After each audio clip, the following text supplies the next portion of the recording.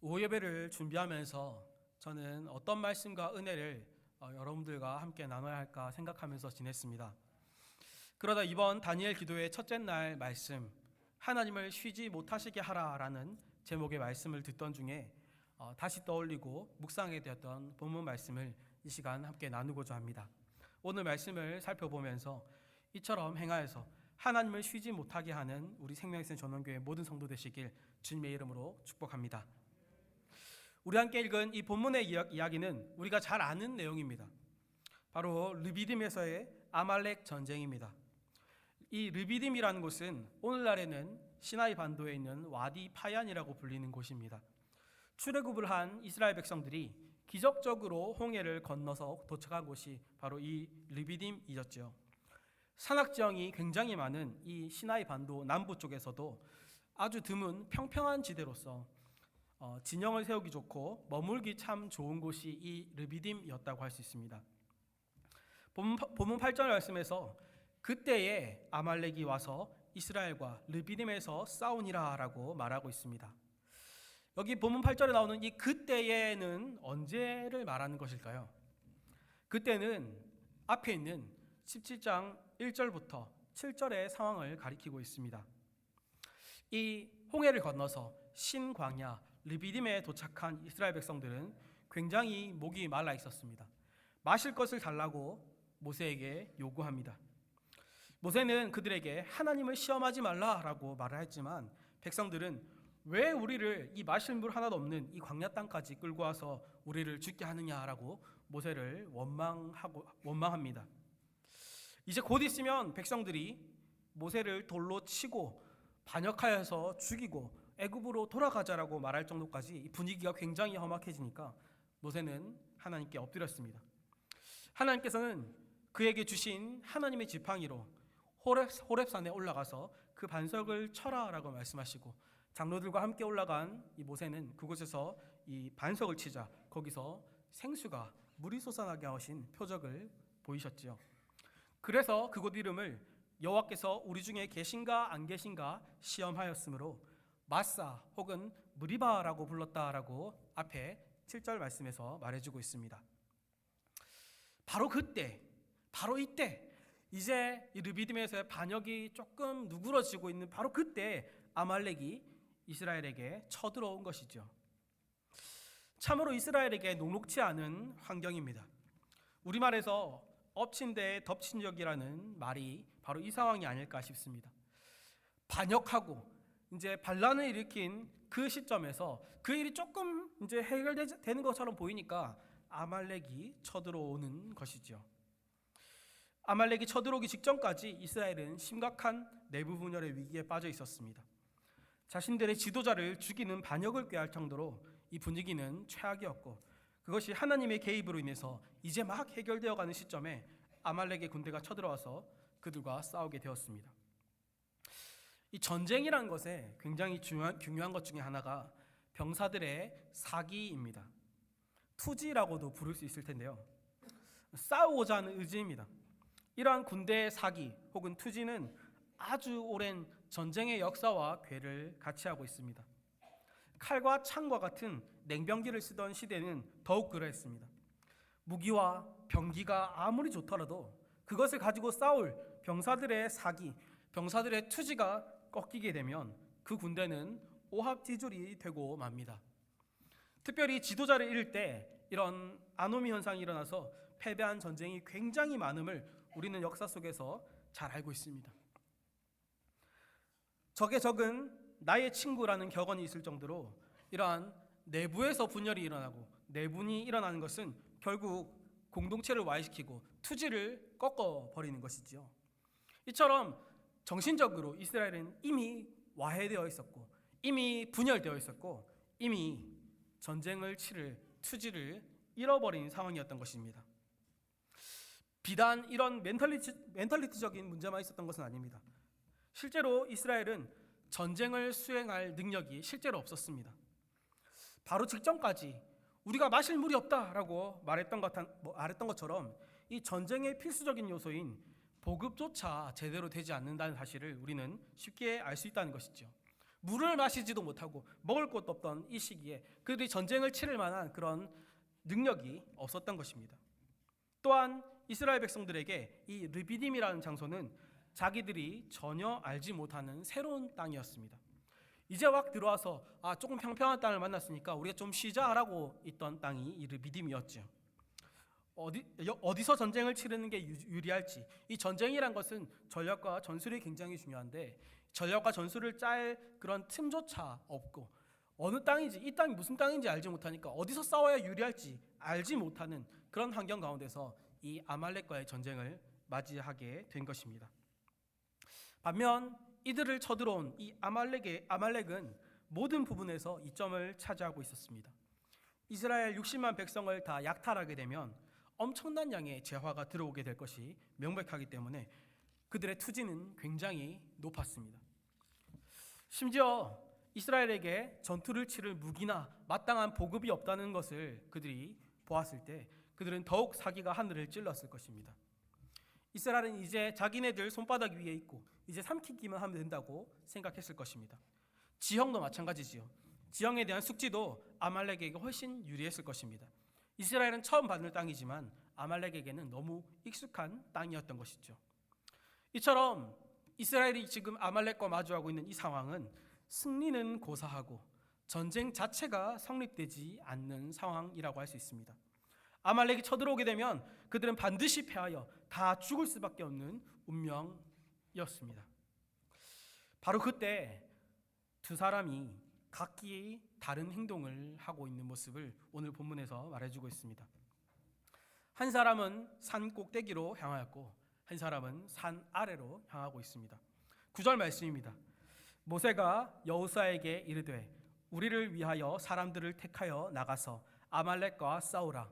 내일 내가 하나님의 지팡이를 손에 잡고 산 꼭대기에 서리라.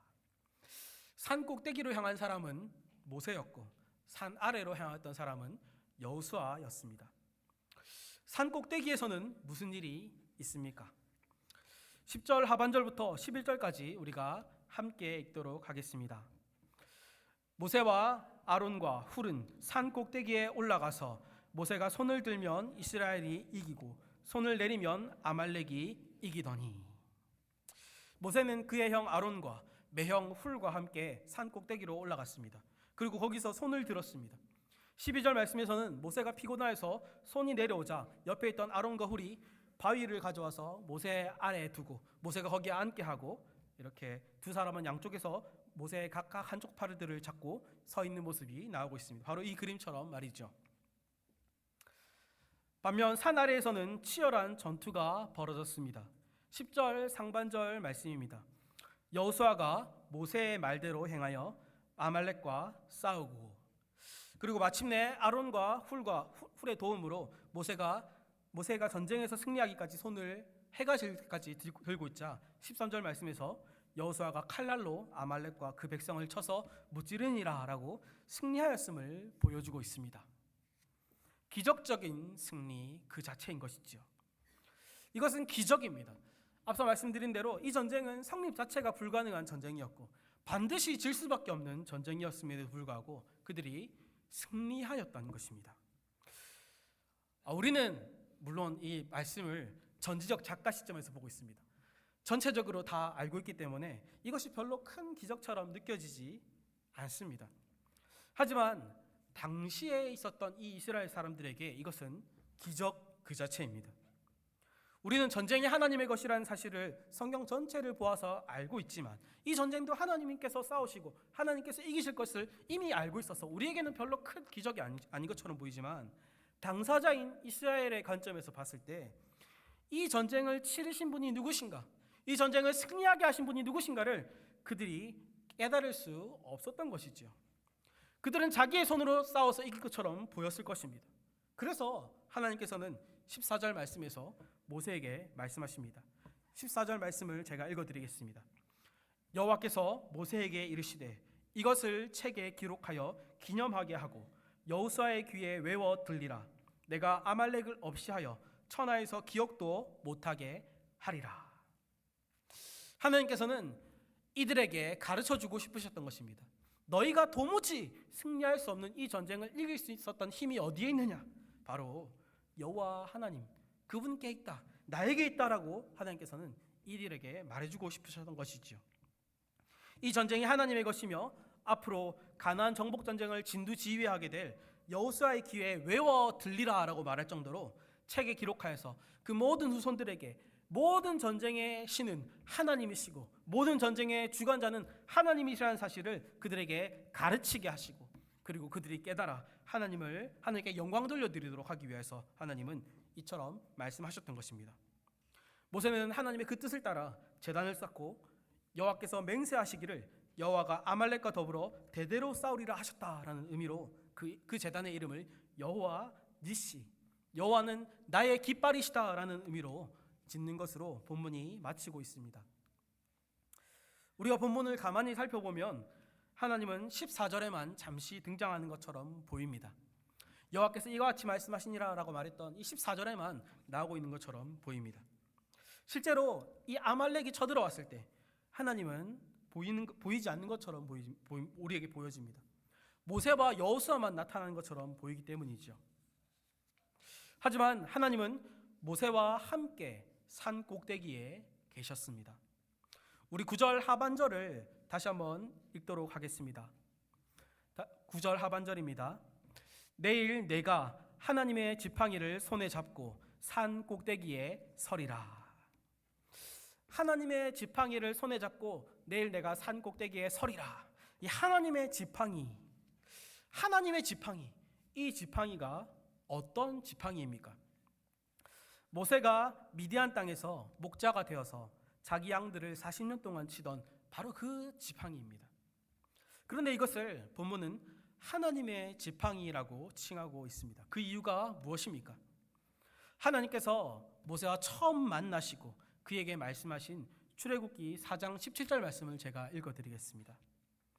너는 이 지팡이를 손에 잡고 이것으로 이적을 행할지니라. 이 말씀이 떨어진 직후부터 모세가 양들을 치기 위해서 가지고 있었던 이 지팡이의 이름은 하나님의 지팡이가 되었습니다. 바로 뒤에 나오는 4장 20절 말씀에서는 모세가 하나님의 지팡이를 손에 잡았더라라고 말하고 있는 것이죠. 하나님의 지팡이가 이후에 행한 모든 일들은 우리가 성경을 통하여서 잘 알고 있습니다. 모세를 대적하였던 애굽의 마술사들이 마술로 만들어낸 뱀을 이 하나님의 지팡이가 뱀이 되어서 다 죽여버렸습니다. 이 하나님의 지팡이를 나일강에 집어서 넣자 강이 피로 변했습니다. 그리고 이 하나님의 지팡이를 홍해 위에 들려 올리자 홍해가 갈라졌습니다. 그리고 본문 바로 직전에 반석을 이 하나님의 지팡이로 치자 생수가 솟아났습니다.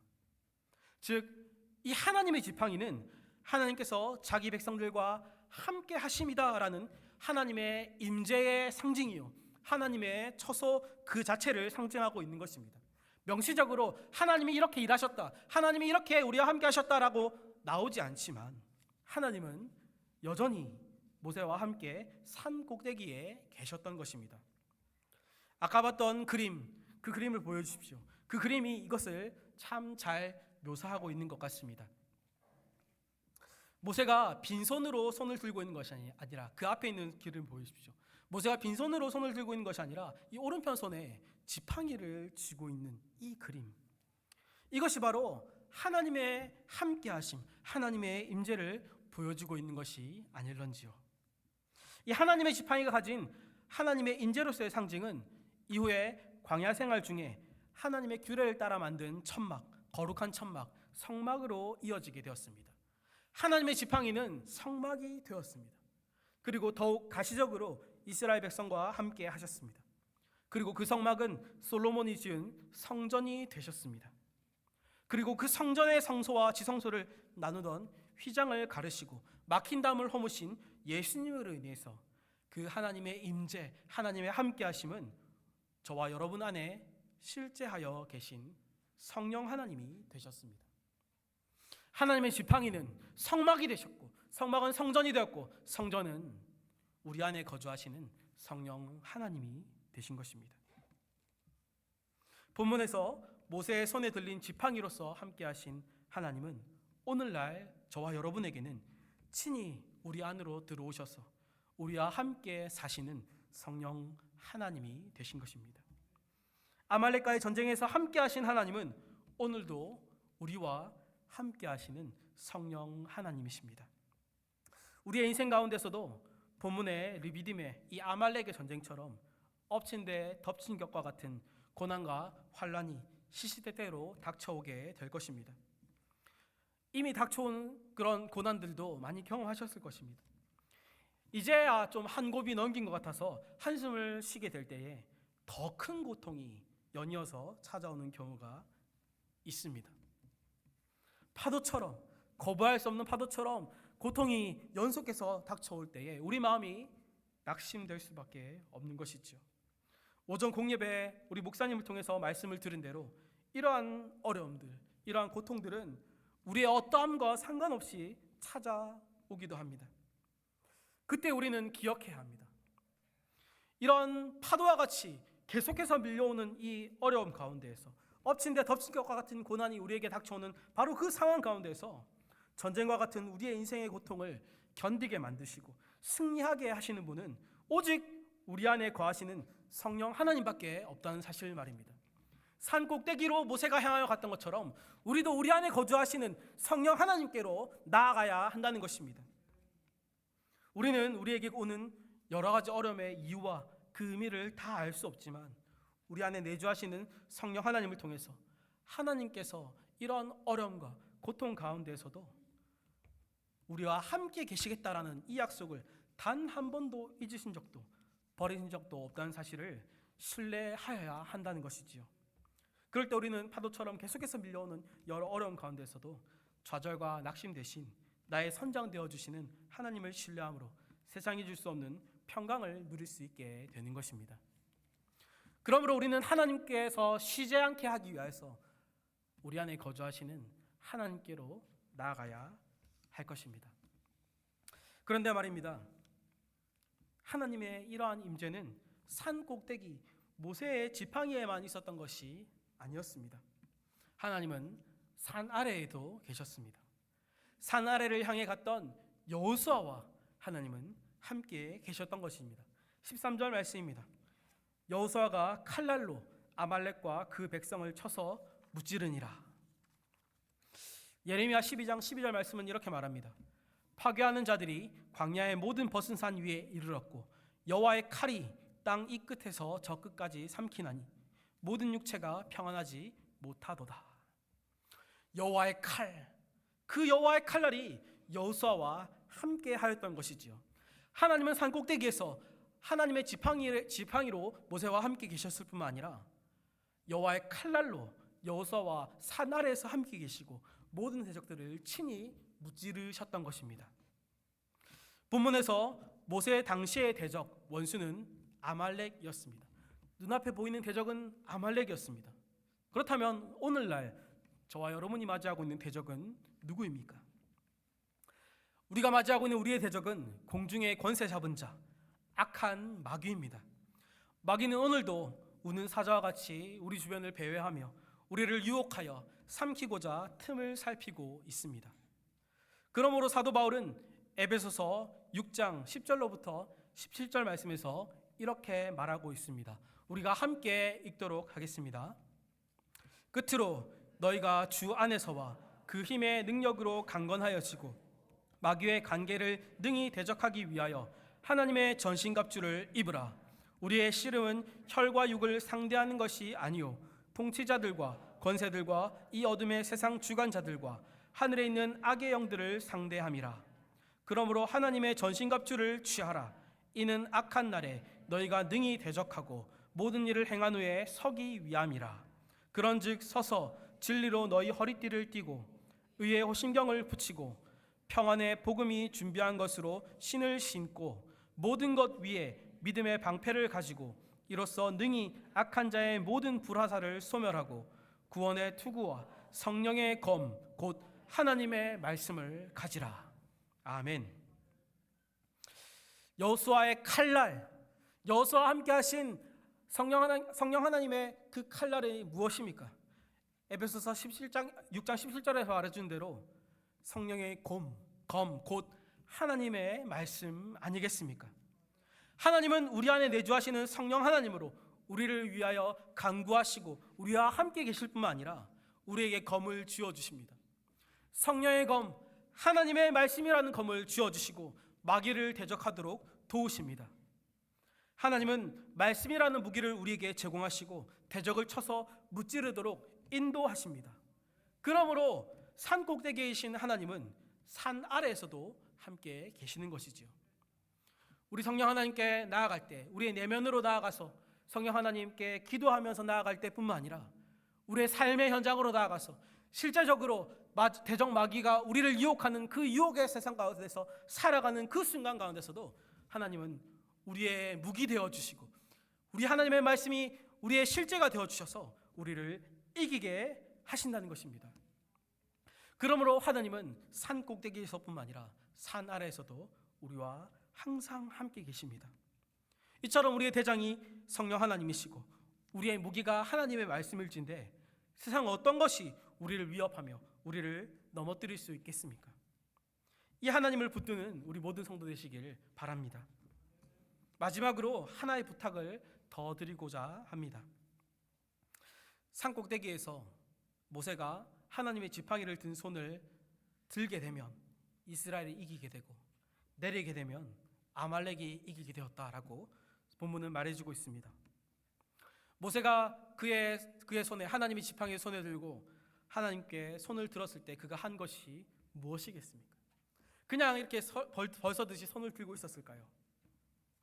기도하지 않았겠습니까? 그는 기도하였을 것입니다. 눈앞에 내려다 보이는 그 자기의 백성들을 바라보면서 하나님 이들을 도와주시옵소서. 하나님 여호수아의 칼날과 함께하여 주셔서 그들을 이기게 하여 주시옵소서. 모세는 기도하지 않았겠습니까? 아론과 훌이 모세의 팔을 한쪽씩 잡으면서 그들이 한 것이 무엇이겠습니까? 모세와 같이 모세가 하나님 앞에 기도한 것처럼 그들도 하나님 앞에서 기도하지 않았겠습니까? 하나님을 붙잡고 하나님 이들과 함께하여 주십시오. 하나님 우리와 함께하여 주십시오. 하나님 우리와 함께하여 주셔서 이길 수 없는 전쟁을 승리하게 해 주십시오. 그들이 기도하지 않았을까요? 우리는 참 귀하게도 다니엘 기도의 기간을 지나고 있습니다. 목사님께서 말씀하신 대로 21일 중에 이제 열흘째입니다. 아직 11일이 남았습니다. 성도 여러분, 마음껏 두 손을 높이 들고 기도할 수 있는 시간이 아직 11일이 남아 있습니다. 그런데 여러분 무엇 하십니까? 손을 내리면 대적 아말렉이 이긴다고 우리 오늘 말씀에서 보여주고 있는데 우리는 지금 손을 들고 있습니까? 아니면 손을 내리고 있습니까? 우리는 지금 무엇을 하고 있습니까? 사랑하는 생명의 전원교회 성도 여러분, 오늘 말씀을 통하여서 산 꼭대기에 계신 하나님께서 산 아래에서도 함께 계신다는 사실을 우리가 믿는다면 그 하나님을 우리가 구할 수 있으면 좋겠습니다. 그 하나님께서 우리와 함께 계셔주시고 우리가 이길 수 없는 이 싸움, 우리 인생 가운데서 만나는 이런 수많은 어려움들, 계속해서 차곡차곡 우리를 짓누르는 이 파도와 같이 밀려오는 이 어려움 가운데서 승리하게 하실 분은 우리 하나님뿐이시라는 사실을 믿으며 하나님을 구하는 여러분 되시길 부탁드립니다. 기도하시길 바랍니다. 다니엘 기도회를 기도의 좋은 기회로 삼으시길 바랍니다. 이 시간만큼 하나님께 나와서 하나님의 말씀을 들으며 하나님께 부르짖을 수 있는 좋은 시간이 어디에 있습니까? 손을 드십시오. 손을 들고 이스라엘이 이기는, 우리의 삶이 이기는, 하나님께서 이기는 그 승리를 바라보십시오. 손을 내리지 마십시오. 손을 내리는 그 순간 악한 마귀는 그 틈을 타고 우리의 마음 가운데 찾아오고 우리를 세상에서 마음껏 세상을 누리며 살아가는 유혹으로 이끌어가게 될 것입니다. 사랑하는 성도 여러분, 이 사실을 기억하시어 오늘도 있는 우리 저녁에 있을 이 다니엘 기도회 많은 성도님들 우리와 함께 참여해서 하나님의 말씀 듣고 기도하는 일에 온 마음과 온 힘을 다하여 산 꼭대기에 계신 하나님, 산 아래에 계신 그 하나님을 만나는 저와 여러분 되기를 주님의 이름으로 축복합니다. 아멘.